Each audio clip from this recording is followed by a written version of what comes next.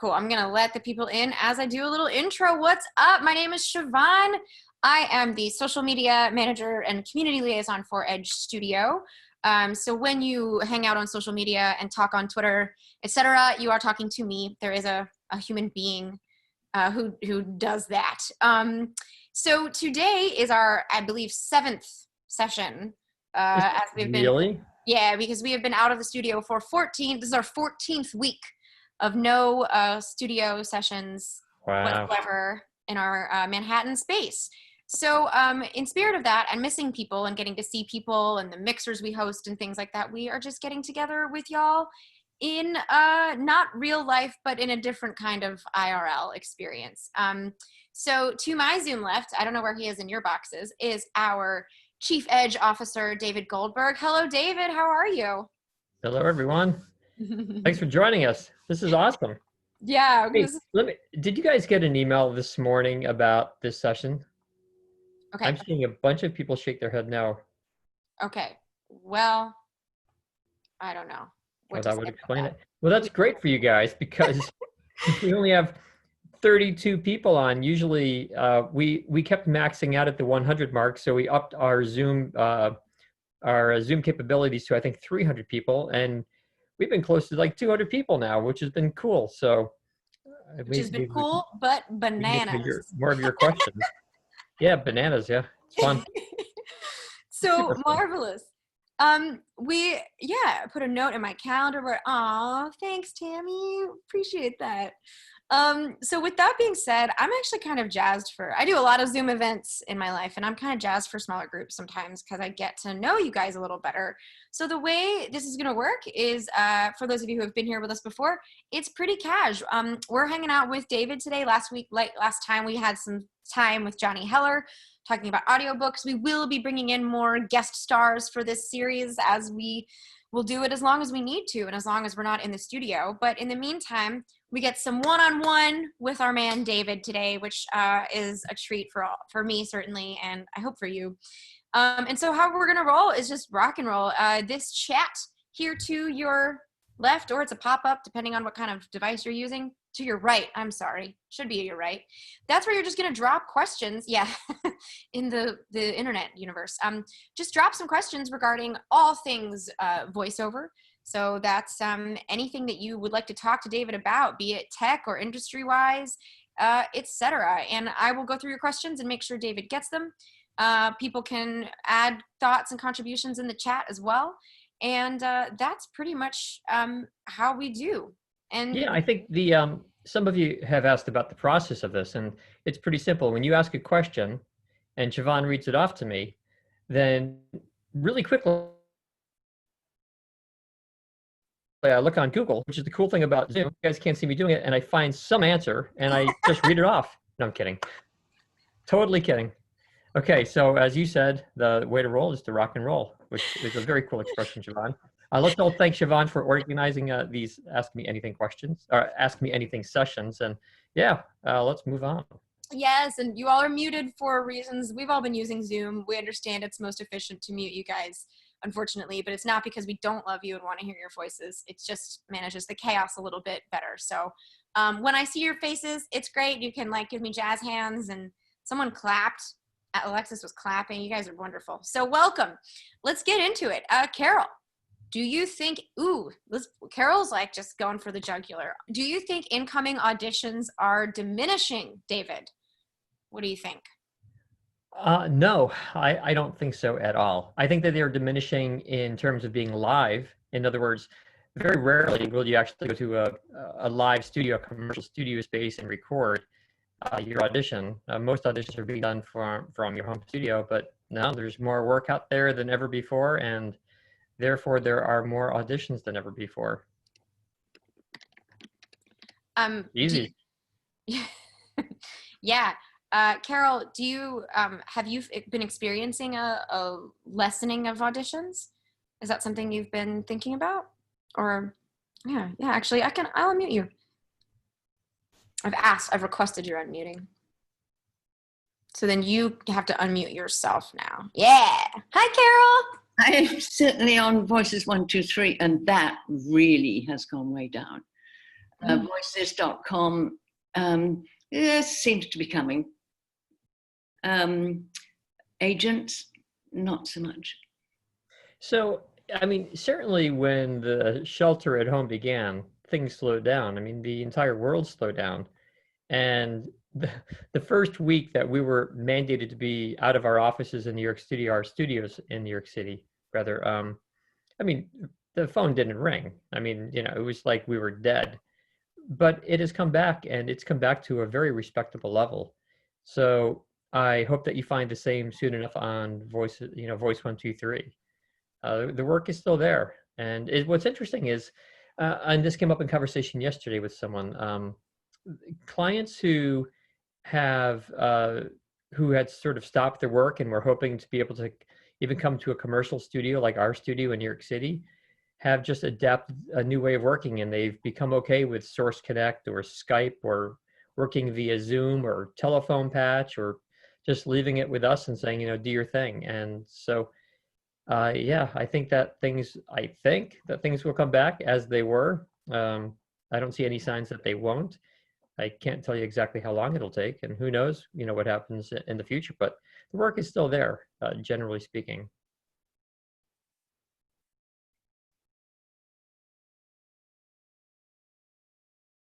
Siobhan, you might be on mute. Sorry, I mute myself sometimes to rein it in. Okay. Jessica is asking, will you be doing on-site demo recordings at Edge Studio? Where are you, Jessica? I feel like I saw you. Yeah, so that's a great question. And some of our satellite locations are recording in person. New York is not. And I wish I knew when we could open up our New York doors.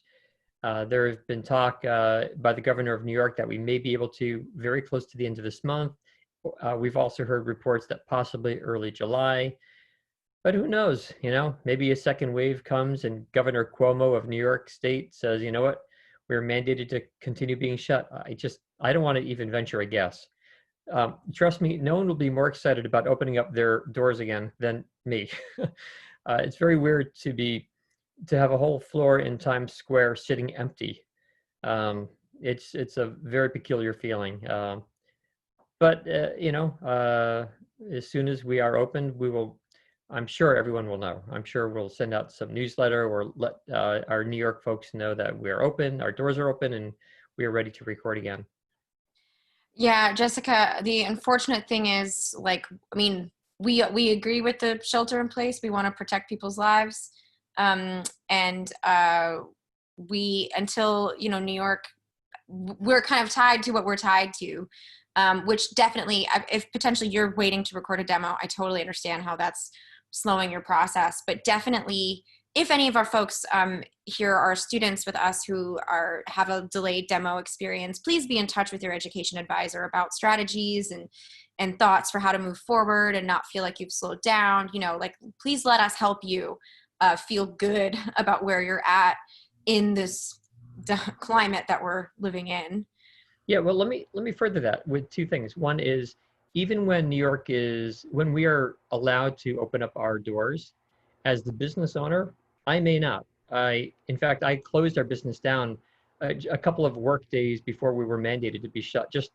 I felt that the lives of my team, the health of my team, I should say, were way more important than recording. And I'm sorry to those of you, if any of you had sessions scheduled, but there came the day that I said, you know what, guys, I don't want anyone coming into the studio. It's all of our team. We commute by subway, by train, and New York City is busy, and we're in Times Square, which is the busiest location maybe in the world. And I just was uncomfortable having my team coming to the studio. So we closed early. And I know that the day that Governor Cuomo says we can open up again, there is a chance that I say, you know what, to my team and to the voice actors who would come in to record, I'm just not comfortable with it. I think that as much as helpful as it will be to have our doors opened, the health of everyone is more important. So I don't even know exactly when that will be. But what you can do is you can find another commercial studio and go there to record, and we can record you, and we can direct, I should say, by phone patch or Skype. You could take this opportunity to put together your home studio, which would be great. So like Siobhan said, talk with your education advisor if you're waiting to record a demo. And because we've gone through this with a lot of students, and we have a lot of ideas and solutions and helpful hints. Yeah, we really empathize with the situation at hand. I know it's just impactful in so many ways. Daisy is asking, what would you recommend is the best way to find animated / video game work? I would love to be able to do anime dubbing one day. Thank you in advance. Hi, Daisy. I see this as a two-part answer.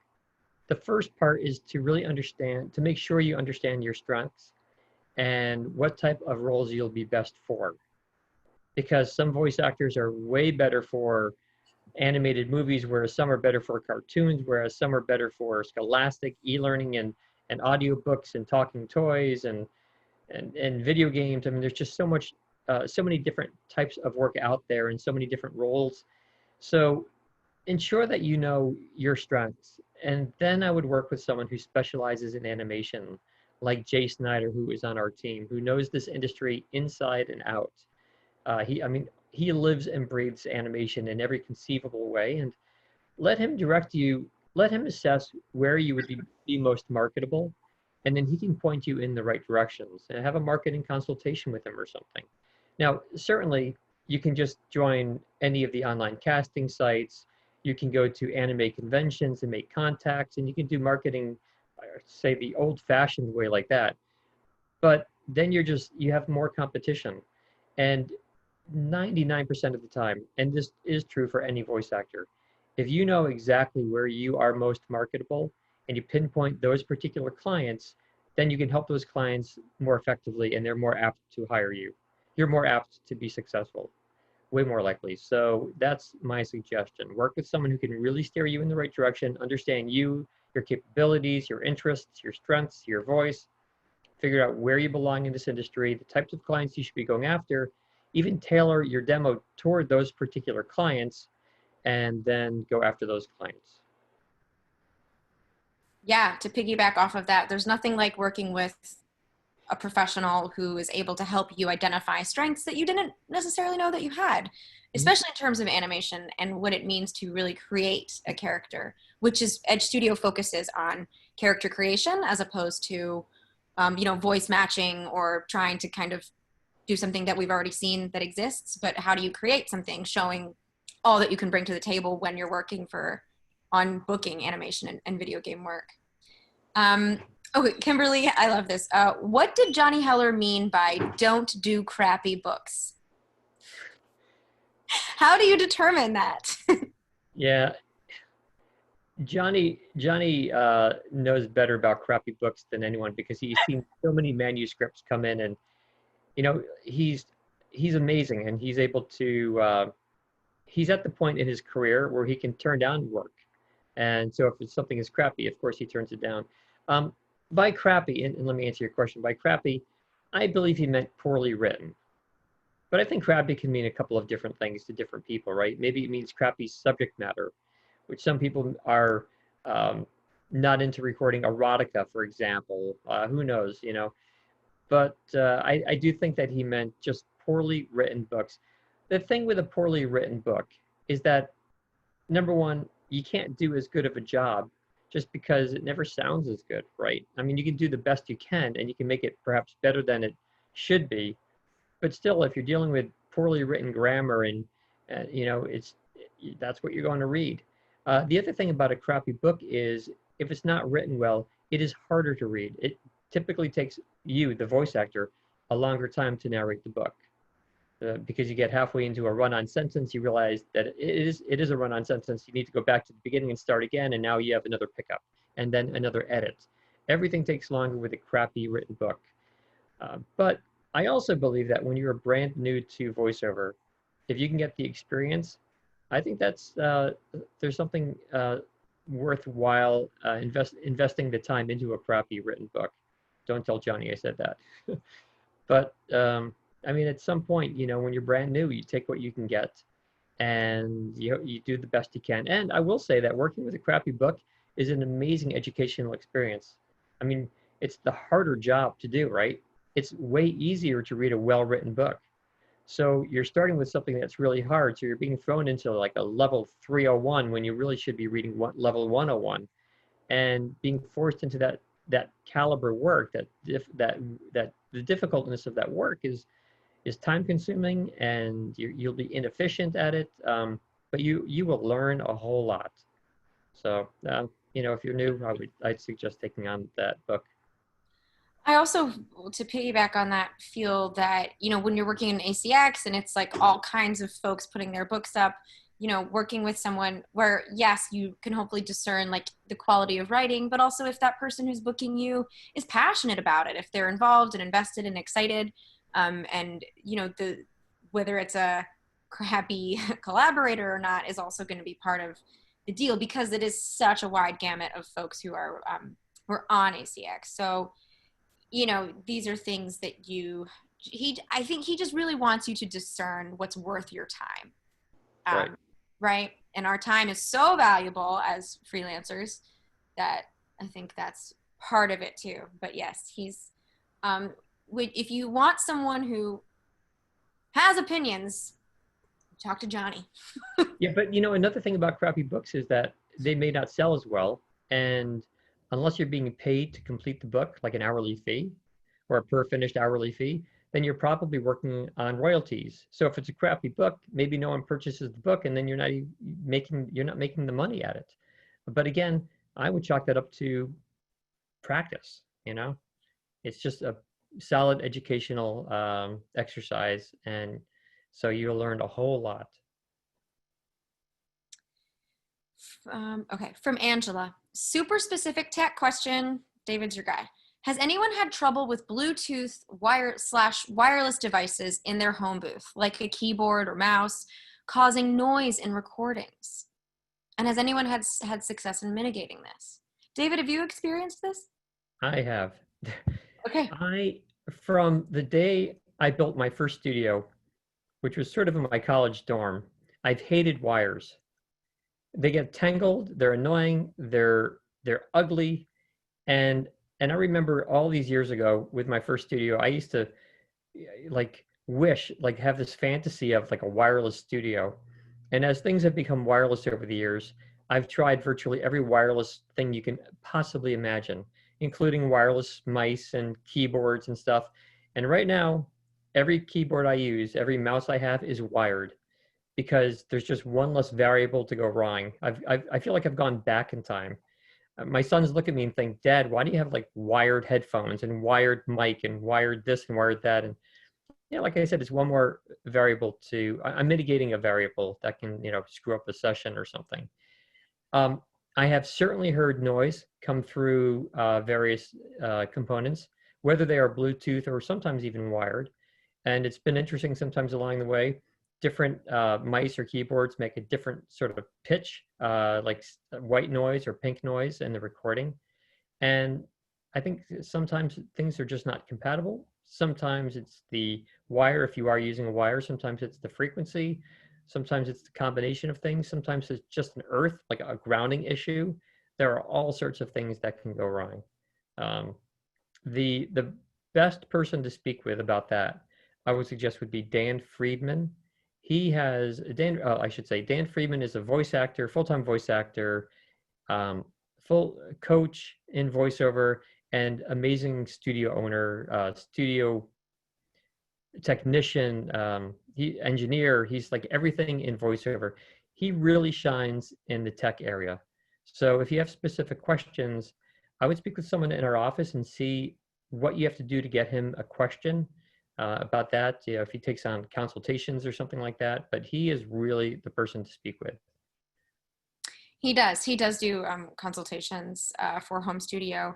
And if anybody wants to put in the chat if they've had problems with wireless creating some interference. But yeah, cool. You're not alone, Angela, it sounds like. From Nathan, in terms of booking VO gigs, what are you surprised more people aren't doing? That's the first question. I'm surprised. I'm floored by how many people do a crappy job getting into voiceover. There's the word crappy again. It's everything, Nathan. It's just an open-ended answer to your question. I mean, every possible thing that can go wrong is typically done by the vast majority of voice actors who are trying to get work. And that comes from being totally untrained. That comes from horrendous sounding demos. It comes from just egregious job marketing those demos, lack of follow-up, lack of clarity. It's endless. Um, the In terms of marketing, one example sticks out, and it happened a long time ago, and I will never forget this. We were in a recording session in New York, and a client called, and they needed a very specific voice, one that we didn't have in our library. And we were thinking, oh, we'll have to shoot out a live audition for this and find a voice actor, but the client was in a big rush. That same day, in the mail, appeared someone's demo, and the guy sounded exactly like the voice that the client requested. And we were thinking, this is unbelievable. Like, what a coincidence. They asked for a very specific voice. The client's in a rush. We don't have the voice. And in comes the mail with the CD. And like I said, this was a long time ago. The demo was on CD. This guy has the voice. Well, there was no address and no contact information at all anywhere on the CD. The only contact information we could find was on the envelope, the return address, but it was written in such a sloppy manner that we couldn't figure it out. And anyway, there would not have been time to mail a letter to this person and say, please get back in touch with us. So we couldn't even hire the person. I have seen everything over the years. There's no reason to set a precedent out there of just being poorly trained, having bad demos. So what's the worst thing, Nathan? Anything can go wrong. You need to do everything right to be successful. And fortunately, in this industry, there's not that many things you have to do right. Make sure you're trained well, work with a coach. And when you and your coach both think you're ready to record a demo, record a professional sounding demo, and then just understand how to market. And really that comes down to just understanding what the client needs so you can deliver what it is that the client needs. Make everything easy for the client so they know when to call you. And that's it. Can we distill it to, is there one thing you wish more people would stop doing? I wish, yes, because on a selfish level, there's one thing that a lot of voice actors do that wastes an incredible amount of our time, and that is that they are not clear as to their strengths in their marketing. So 99% of demos that come in just say, hi, I'm a voice actor. I have a home studio. I have a quick turnaround time. Here's my email address if you need me. It doesn't tell me who they are, so I need to go and figure out who they are. I need to do the marketing for them. I need to do their branding for them. I need to listen to their demo, which takes time. I need to figure out, okay, it's a male or a female. They are this age. They're this voice type. It sounds to me like they'd be strong at documentaries, or maybe they're not strong at documentaries. Maybe they'd be better at commercial or whatever it is. I have to figure this out. I have to decipher their work to be able to put them into our database so we know when to call them.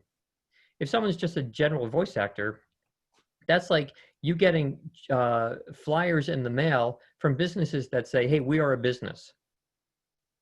You get a flyer in the mail that says, call us, we are a business. You'd say, well, dude, what kind of business are you? I mean, are you a pizza restaurant? Are you a plumber? I mean, it's just open. There's no information there. Or at least if you get a flyer in the mail, hopefully the company says, we serve pizza. Now, ideally, the company would say we specialize in vegetarian pizzas, or we specialize in organic pizzas or flavored pizzas or build your own pizzas or something. So if you want to keep it or not. And if you do want to keep it, where to put it in your files at home or something like that. The more specific you are, the easier you will make it for clients to hire you. So yeah, if voice actors stopped wasting our time, that would be terrific. I would love to see that happen. So there you go. I feel like that was good. Yeah, we kind of got to the end because he was asking, what are you surprised more people aren't doing, and what would they stop doing? And so I feel like you just wrapped that up really beautifully, David. From Alicia, I have recorded a commercial demo on GarageBand. Do you think that I'm hurting my chances on submitting this to an agent? That's like me saying, I grilled dinner last night on a barbecue. Do you think I'm hurting my stomach by eating it? There's no relevance. Um, just because it's on GarageBand or my dinner's just on a barbecue, it depends on the type of barbecue. In your case, it depends on how good you are at editing and recording. I mean, GarageBand can sound just as good as any other digital audio workstation out there. It's once the information is digital, it's all about how you manipulate it within the system. So GarageBand can sound fantastic, but it could also sound horrible if you're not good at it, just like any DAW, digital audio workstation out there. So the fact that it's recorded on GarageBand doesn't hurt or help your chance. The fact that you recorded it on your own probably hurt your chance a whole lot. I would strongly, strongly encourage you to set up a consultation with me. Let me review that demo before you go and spend your time and efforts marketing it, because more than likely there are things in that demo which will not sound as good as some of your peers out there who have gone to professionals like us or and someone else who really have put together a solid demo. I will also tell you that perhaps your interest is in commercial work, but almost every time someone comes to me someone comes to me and says, "Hey, David, would you review my commercial demo?" I always start with the question, "I'm happy to review it, but what kind of work do you want?" And the vast majority of time they say, "Well, I'd love to get narration work. I'd love to get corporate work. I'd love to narrate museum tours or telephony or whatever." And I say, "Well, then why are you even marketing a commercial demo?" So, again, my advice is have someone review that demo before you market it, before you let any clients hear it. Don't have anyone hear that and make a bad first impression of your ability. And if you want to speak with our office about that or something, but that is my suggestion. Okay, from Carla, wondering if it's a good idea to send through samples to the feedback forum at this time, given that I've yet to purchase a decent microphone or adjust my apartment's soundproofing. Yes, absolutely yes. And when you upload a recording to the feedback form, there's a place where you can enter notes. And what you should do is write, "Please don't review the quality of the studio or of my recording because I don't have a proper studio yet. Please just review the quality of my vocal performance." For those of you who don't know, on the Edge Studio website, there is a free service called the Feedback Forum. It's a peer-to-peer review site. So every voice actor on that site is helping every other voice actor. You can upload your own recordings and you can provide feedback to other voice actors. And interestingly, most people who use the feedback forum think that the greatest benefit of using the feedback forum is that you receive reviews of your work. And that is great. But the bigger benefit of it is providing reviews. Because when you start critiquing other voice actors, it forces you to think about voiceover from someone else's perspective, from an outsider's perspective, rather than your own, like you do when you record your own work. You're forced to think about this like a casting professional. So I would strongly encourage everyone to use the feedback form. And it's cool. We've had, I think, over 80,000 uses of it at this point. There's like 32,000 recordings and something like 70,000 pieces of feedback. So the average recording that's uploaded gets, I think, about 3 comments from different people, it's really cool. So yeah, if you haven't done it, I would definitely jump onto that. If you go to our website, click on the free Career Center, and you'll find the link in there. Again, click on Free Career Center, and in there is the feedback form. Yeah, and it's totally all levels of people who can get involved with that. So you don't need to worry. It's not, your gear is not essential to participate in that free service. From Tony, I signed up to have a demo done and we'll be starting with the Technique 101 class soon. Welcome. After the Investigate voiceover class, it was recommended that I do a commercial and narration demo. I will eventually do both, but just starting with one for now. My question, which genre will I earn more to start with, commercial or narration? It's another open-ended. First, let me say it's a great question, but I can't answer that because it depends. I can't tell you which is better for you. Your voice and your personal life may make you more successful in commercial or perhaps in narration. To give it an example, the average narration is much longer than a commercial. So if you have a busy lifestyle, maybe you don't have time for narration work, for long form narration work. Or maybe you do, I don't know. Maybe you're better at storytelling, and there are generally more commercials are sort of along the lines of storytelling, whereas more narrations, a lot of narrations are more factual. It depends on your voice. It depends on your natural voice, your interests, your goals, how keen you are to auditioning, how good you are at auditioning, all kinds of variables. I will tell you that of the 27 genres in our industry, commercial, I estimate to be about 3% of the industry. Narration is sort of a catch-all phrase that encompasses about 20 different genres in our industry. So if you only have one demo, certainly you have more availability. You are more available to work, or more available to more clients, because again, that's probably 90% of the industry, whereas commercial is 3%. But if you're better at commercial, then that's what you should stick with. So I think that question is better saved for your coach, whichever coach you work with at Edge Studio. From JC. Hi, David. Thanks for doing this Q&A. What do you believe is the biggest misconception about getting into VO work, either as part-time or full-time? Pretty broad question from JC. Yeah, it's an interesting question. I think the biggest discrepancy out there is that people tend to speak about voiceover from their own experience. And what works for one person does not necessarily work for the next person. So whether it's microphone type or genre that you record, or join the union or not, or take acting lessons or not, or do this many coaching sessions or not, you have to figure this out with a coach on your own. Figure out what's right for you. The biggest misconception out there is, I think that I would say this. The biggest misconception is that people who are new to the industry are too trusting of experienced folks, the experienced voiceover actors. That's what I would say. Because the experienced voice actors will say, yeah, I've been at this for 30 years and I've made $17 million in my career so far, and I trust this microphone. Okay, well, that microphone works for them. It may be horrible for you. So I would advise you to take advice from as many different people as you can, put all of the information together, and then work with your coach and figure out what is best for you. And that way you will absolutely be more successful.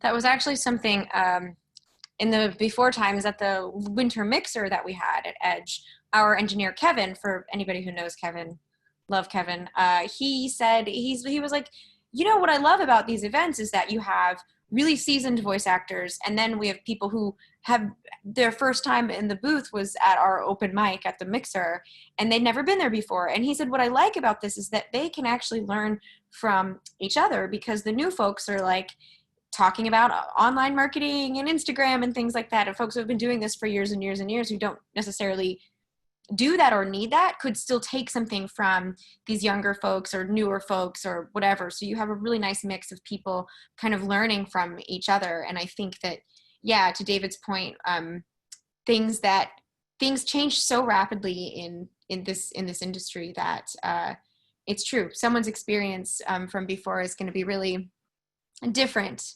than yours might be. So everything's with a grain of salt, which is kind of like, well, what's my path? But it's an uncarved path, alas. From Vern, David, I was working with Art Bruder in January and had a few life-changing events that kicked my VO training practice to the curb. I'm so sorry, Vern. Those events have now settled. I'm starting back into VO and will be training for a month before I contact Edge and Art to continue. Okay. So basically Vern is asking for recommendations on what you think my training should consist of. So it sounds like you're saying, Vern, that you're going to practice a little bit more on your own so that you don't waste time with your session with Art, which I dig.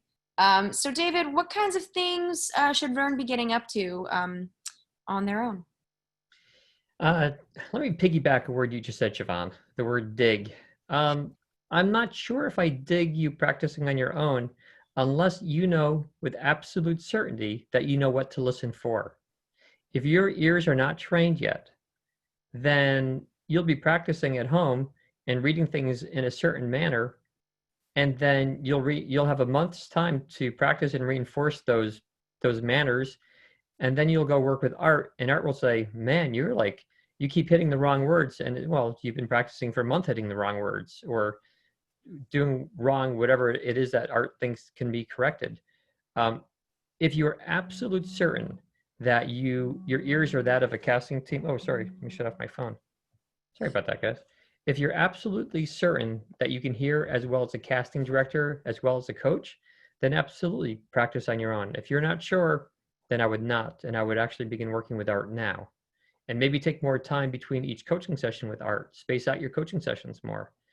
But too many sort of people who are new to voiceover come in and they have some really bad habits in place. And it takes more coaching sessions because first we have to break the old habits and then get them going with the new habits, the more marketable habits. Art's great, by the way. Hope you enjoy working with him. Art is a jewel. From Pamela, when preparing for a demo with you, will you offer advice on what sort of work you think our voice is most suited for? And then she's like, oh, bad grammar. It's great. I get it. It's good. Go ahead, David. Yeah, absolutely. Now, when I work with someone, it when I work with someone, I devote myself to that person. I devote my time to them getting work or to reaching their goals. Usually that's more work. Maybe it's better marketing, whatever it might be. I mean, I see it as a team effort. It's totally a team effort. And just like in a movie, like if you watch a really good movie, it's not just about the actors, it's also the director and and the whole team of people who make a movie come to life and be successful. And that's what I like, immerse myself in the life of that voice actor and work really hard with that person.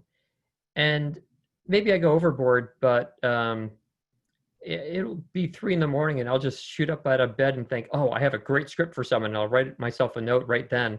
Like my mind just is always thinking about that particular voice actor, and I will help that person in any way I can. So if that means that you come to a demo recording session and I think none of your scripts are good, I have no problem helping you put together great scripts. I will do everything for you, but I will always do it with you, because I want you to be part of the process. I think it's critical, in fact, that you're part of the process so you understand what's going into it, why I'm selecting the scripts that I am selecting. I want to make sure that you're comfortable with everything. Yeah, I will lead someone, and like I will lead you every step of the way, but with you there understanding what's being done. Sounds a little salesy, but it really is true. I think I can quickly handle this one. Steve said, is there some place where VO actors can get honest critique of their abilities without necessarily paying a coach? And I am just dropping in the link to our feedback forum so that you can do just that.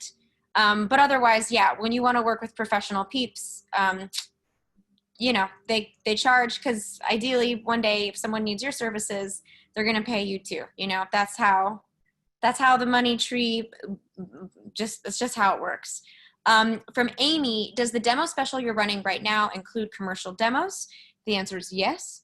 Am I right, David, that the answer is yes? Yes, it does. Sure. Yes.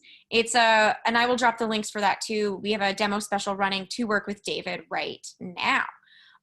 So Vern was clarifying about voice exercises, but I think, Vern, do you feel like your question didn't get super answered with David? I think, like, are there things you would recommend that we work on even with the caveat of the trained ear advice? Maybe I mean, there's so many different vocal exercises out there. Some are helpful and some are maybe less helpful. I don't understand if you're trying to just expand your pitch range or if you're trying to grasp a better vocal control of your voice. I'm not sure if you have an accent that you're trying to eliminate or at minimum mitigate. So I'm not sure exactly what it is that you're thinking about. Maybe you can text some more information back to Siobhan. Um, if it's general, just like warm up exercises like a singer might do or something like that, you can find some exercises on YouTube. We have someone on staff who's terrific at that, Lara Herner. Lara is Lara.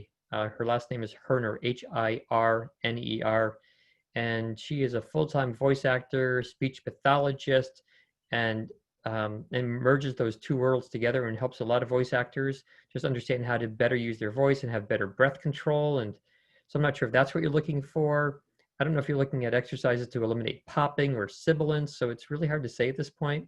Vern or Vernon, I don't remember, sorry. Um, so, but I don't know, yeah, maybe text some more information back to Siobhan, like I said. I just dropped in the chat. Kristen Linklater is a great is a great resource for all things voice exercises, voice development, voice depth. So if you're looking for some reading, that's who I'd recommend personally. LV, hello. LV says, does the demo special with David include corporate and e-learning? Yes. Yes, it does. Great. Mm-hmm. Simple, love a simple response. Eric, my good friend Eric, who I love to see every couple of weeks, says, just curious, who decides which coach we will work with in the Edge program? Or is this based on your strong suit? Well, it's based on a lot of things. Oh, sorry, Siobhan, do you want to answer? No, so yeah, it's a good question. We have 24 coaches, if 25 if you count myself. So understanding which coach that you are paired with is dependent upon a whole bunch of variables. I mean, some are just clerical, like your schedule, because all of our coaches work they have different schedules, different availability. And some of the coaches, many of the coaches specialize in certain genres. Earlier today, we mentioned Johnny Heller, who specializes in commercial and audiobook. We also mentioned Jay Snyder, who specializes in the animation world, as well as commercial, and does narrates a lot of audiobooks too. He's really impressive, as is Johnny Heller. Some of our coaches have general comprehension of the entire industry. So they're great for someone who's really new and figuring out where they would be most marketable in the industry.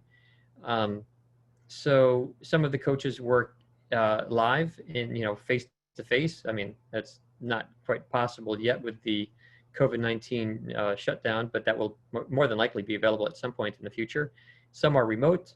I think that the cool thing is that we have coaches around the country and even a couple outside of the country. And the nice thing about the nice thing about being able to work remotely is twofold, actually. One is because you can coach remotely, you're able to work with the coach who's right for you, rather than being limited to coaches who are within your vicinity. Like you don't want to drive more than 20 minutes or a half hour to visit a coach, so you're limited to, just these coaches. But work with a coach who's right for you, who's best for you, who can most help you succeed. The other thing about working remotely with a coach is that it's much more realistic. It's, I think, significantly better training. I see no reason to work with a coach one-on-one, face-to-face. Well, I guess face-to-face Zoom is still face-to-face, or Skype is face-to-face, but I mean in person. There's no reason to work with someone in person, because when you are working as a voice actor, your clients will generally be remote. In other words, you'll be generally recording from your home studio, and your clients will work with you via phone, via Skype, via Zoom, and whatever, Source Connect and IPDTL. So it's better practice. It's more realistic practice to have your training sessions remotely. So it makes more sense to train remotely because it's more practical. And because you train remotely, you can pick the coach who's best for you rather than being limited. So for every reason, I think it's a good thing to be able to call our office and say, I live in this location, but that doesn't make a difference. Here's what makes a difference. I want to focus on this type of work, or I don't know where I belong in this industry, and this is my general availability. And then our office can find a coach who just matches you. And also our office team will take into consideration personalities, because there's a big component of just chilling with someone, right? You want to get along with them. There has to be some chemistry.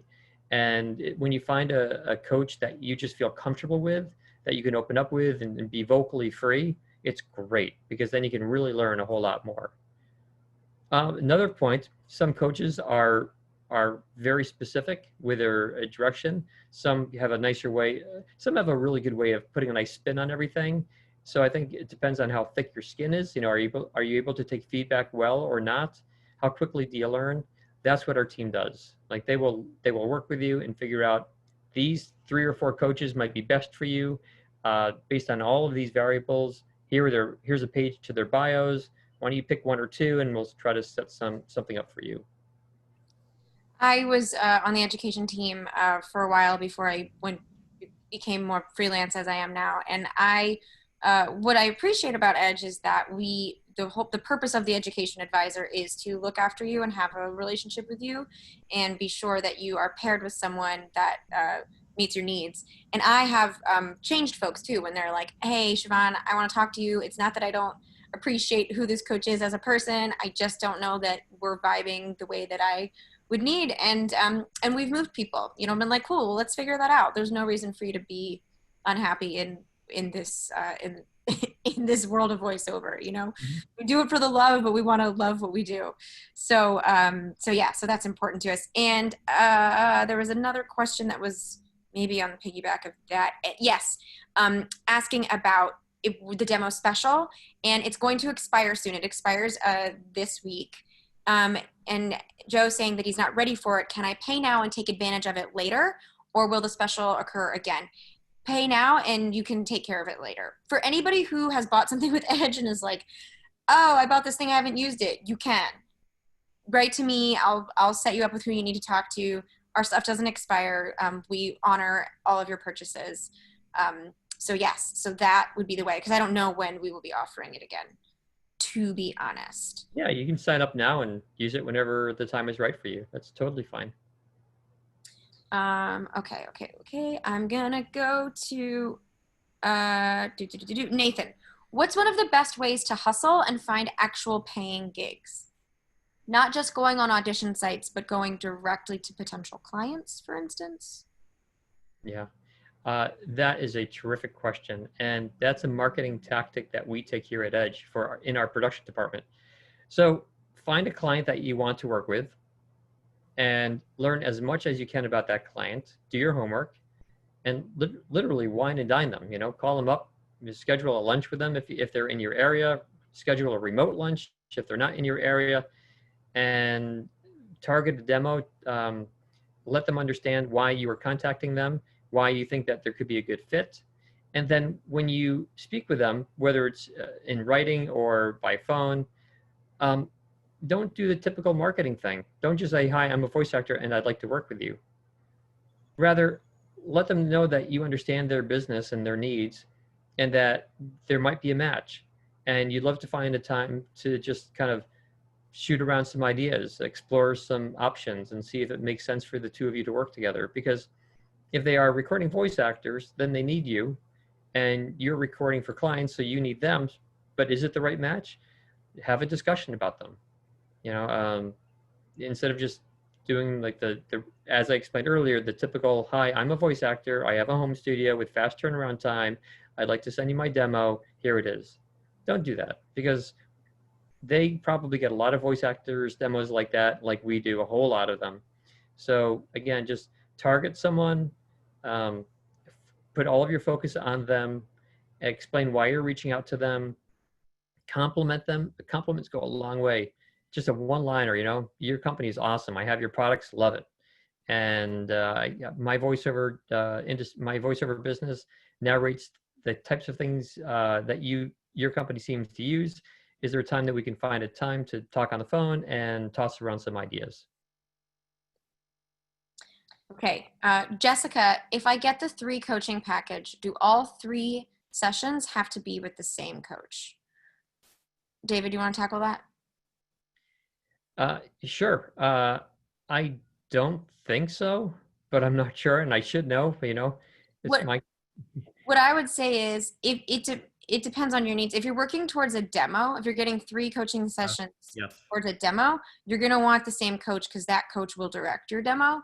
If you're a working voice actor and you want 3 sessions and you want to do a little bit of narration or a little audition technique or 3 very specific things, we can totally make that a diverse group of coaches. So I think, David, would you agree that that's the answer to that question? Absolutely. Yeah. Yeah. So you may, I think, Siobhan, that was a great start. So, you may be interested in learning more about a couple of different genres in the industry. And so maybe you want to work on commercial with Art Bruder and audiobook with Johnny Heller and animation with Jay Snyder. Again, the 3 names that have come up in today's Ask Me Anything.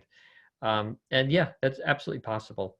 But Siobhan, you're so right. If you are working toward a demo, work as much as you can with one particular coach so you guys each learn as much about each other as you can. The more the coach knows about you, the better of a job they can do. And the more you know and understand and trust your coach, the better of a job you can do when you record that demo. So that partnership is critical. And a really positive experience too. That relationship is valuable. Gwen. Hi, David. Thank you for these sessions. You've discussed how a presence on social media can help us from a marketing perspective. But if my focus is e-learning and corporate work, do you believe it's still important? The one social media I can think of that might make a difference with these 2 genres might be LinkedIn. Thoughts? Thank you. Yeah, I think that getting into e-learning work and corporate work, I think that, sorry, let me backtrack and say that, Siobhan, I'm going to rely on you for something in a moment. So, because Siobhan is as Siobhan mentioned, she had worked on our education team, and then she switched out of that and has become our social marketing director. She knows way more about social media than I do. All of us here at Edge do our own thing, and we all specialize in something, and we together make the company. So, Siobhan, you really can talk more about this, but I will tell you that from my perspective, working with so many voice actors over the years and working with so many clients over the years, that the voice actors who are out there in the e-learning world, the corporate world, the sales presentation, training videos, more of the stereotypical narration type work, tend to have even more success using social media than those looking for commercial work. Because there's so much more work out there, so much more voiceover work out there. I mentioned earlier today that commercial work is perhaps 3% of the industry. And that is just based upon my own, just observing the industry and the amount of work that we get at Edge Studio and friends of mine who own other studios. I mean, it tends to be run from 2 to 4% of the industry, but there might be 3 times as much corporate work, e-learning work. I mean, these are the big sectors in the industry. There's significantly more work out there. And so I've seen voice actors do quite well using social media to be able to obtain work in those areas. But Siobhan, your thoughts? Yeah, I would say 2 things. The first thing is that having social media feeds on your website or links to it on your website that's clickable, that shows you're alive and well and doing things, it's just it's a sum of the parts. It may not be the thing where you get all of your income from, but when people look at you and look at your site and look at your web presence and they see, like, there you are with a selfie in the booth, or there you are like doing your thing or excited about this project you're working on, it's just part of how you present digitally that makes your whole look that much more powerful and impactful and exciting and excited to work with and be around. The second thing I will say is that as you are active in your social media circles, talking about your work as a voice actor, I mean, I've had people reach out to me like, hey, Siobhan, we know you're a voice actor because we've seen your photos or your posts. We have an ASMR gig that we would rather just hire someone we know. And since we see you on social media, like, would you be able to do this book project with Audible? And that kind of thing, I think that happened. I mean, I'm speaking from my personal experience, but like that sort of thing is so much more bound to happen. And it may not be the thing that, like, if you're focused, e-learning or corporate, it may be something outside of that range, but like, hell, you can do it. And you're just increasing. and also I feel y'all, it's a lot of work. We use a program here at Edge called, I'm putting it in the chat, it's called Hootsuite.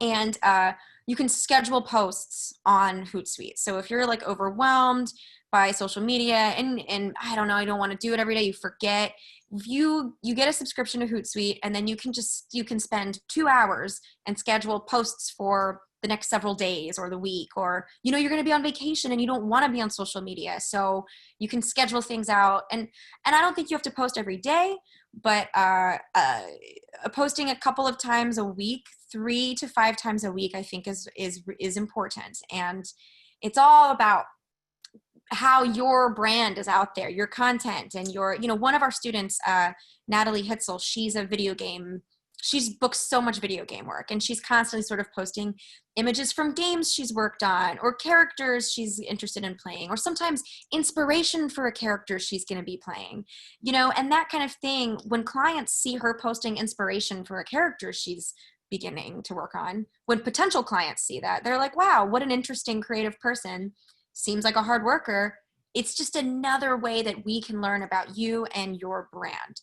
So that's my pitch. I understand people who are like, I don't want to be on social media. It stresses me out. I get it. I feel you so much. So if you can find a way to healthily put yourself in the world there, clients will and do look at it. And it's another way to reveal the specifics of what David is talking about, which is what is special about you. So, thanks, Siobhan. Yeah, thank you.